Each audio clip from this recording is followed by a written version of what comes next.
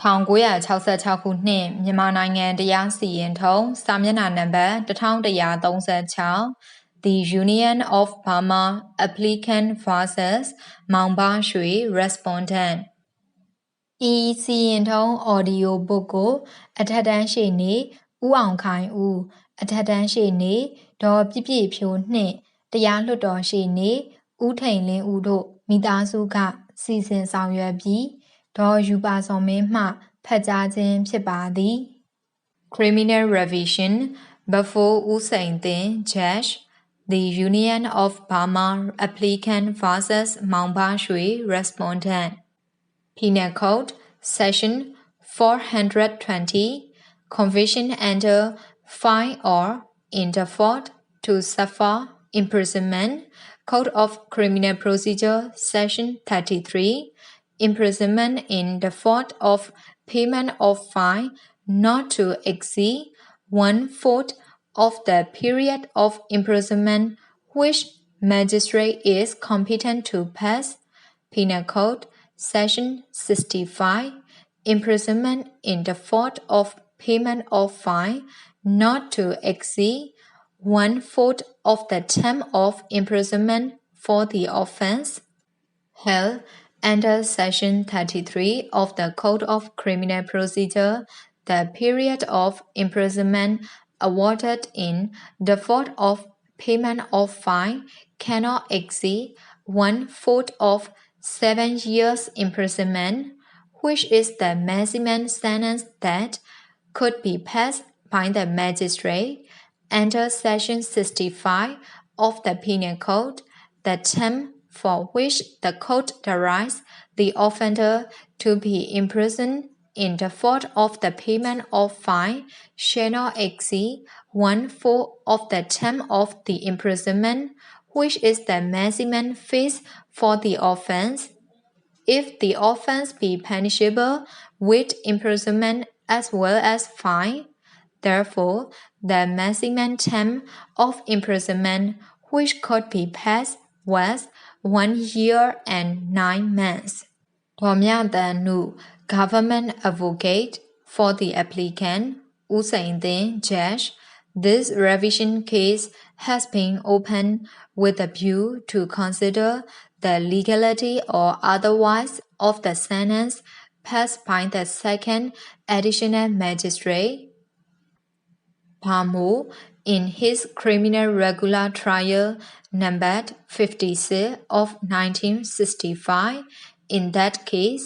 the accused SHWE was found guilty under Section 420 of the Penal Code and was sentenced to suffer 1 year rigorous imprisonment and also to pay a fine of Jet 4,360 or in default to suffer further 2 years rigorous imprisonment. The magistrate concerned was Upo Shwe, who was in power under Section 13 of the Code of Criminal Procedure, and as such, he was competent to pass any sentence authorized by law, except a sentence of death or of imprisonment for a term exceeding 7 years. In other words, the maximum term of imprisonment which he was competent to pass was 7 years only. Now, relevant portion of Section 33 of the Code of Criminal Procedure reads as follows. 33. 1. The code of any magistrate may award such term of imprisonment in default of payment of fine as is authorized by law in case of such default, provided that a. The term is not in excess of the magistrate power under this code. B. In any case decided by a magistrate where imprisonment has been awarded as part of the substantive sentence, the period of imprisonment awarded in default of payment of the fine shall not exceed 1/4 of the period of imprisonment which such magistrate is competent to inflict as punishment for the offense, otherwise than as imprisonment in default of payment of the fine.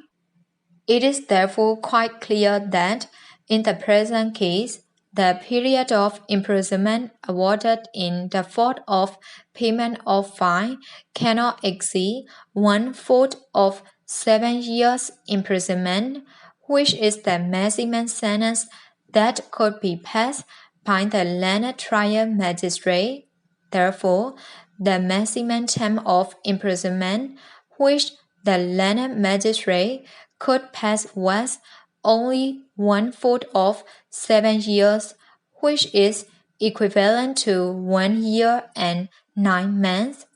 The sentence passed by the learned magistrate also goes counter to the provisions of Section 65 of the Penal Code.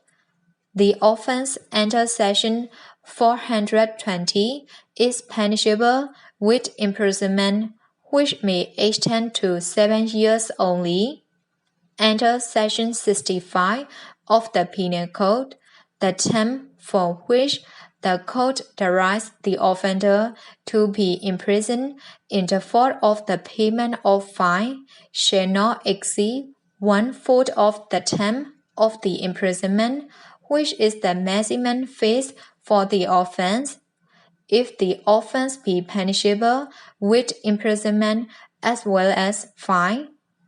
For all these reasons, the term of imprisonment awarded by the learned trial magistrate in default of payment of the fine of debt 4,360 will be altered to 1 year and 9 months rigorous imprisonment.